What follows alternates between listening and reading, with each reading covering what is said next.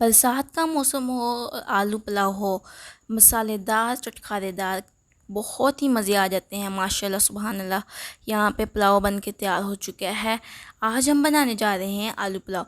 अस्सलामुअलैकुम, welcome back to my YouTube channel. This is me chef Habiba और आप लोग देख रहे हैं हबीबा कुकिंग एंड व्लॉग।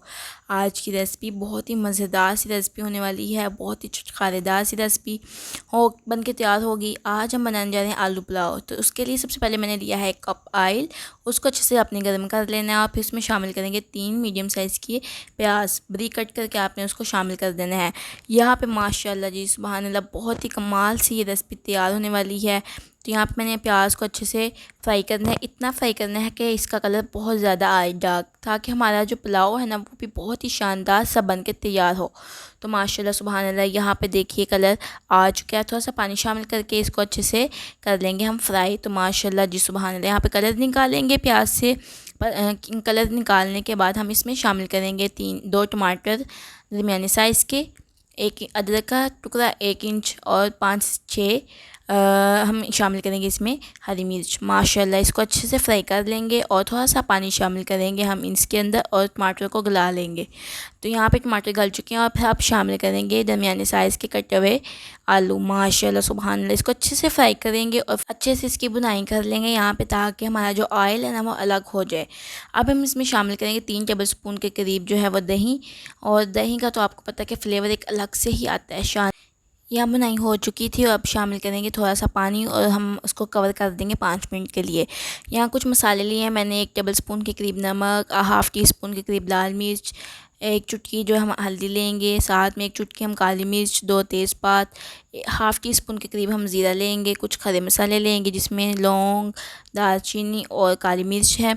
साथ में लेंगे हाफ़ टी स्पून के करीब कुटी हुई लाल मिर्च। इन सब मसालों को हम शामिल कर देंगे इकट्ठा ही आलू में। यहाँ पे पानी थोड़ा सा मौजूद था, लेकिन हम इसके साथ ही शामिल करना है ताकि इन मसालों की भी अच्छे से बुनाई हो जाए।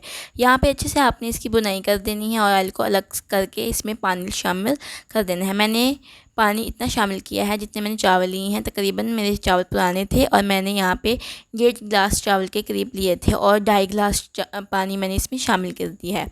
आपके चावल अगर ज़्यादा पुराने हैं तो आप उसके हिसाब से मेजरमेंट कर सकते हैं, और अगर आपके चावल नए हैं तो आप उससे थोड़ा सा कम पानी ले सकते हैं। माशाल्लाह सुबहान अल्लाह यहाँ पे चावल पक रहे हैं पानी के अंदर और यहाँ पे देखिए पानी खुश्क हो चुका है।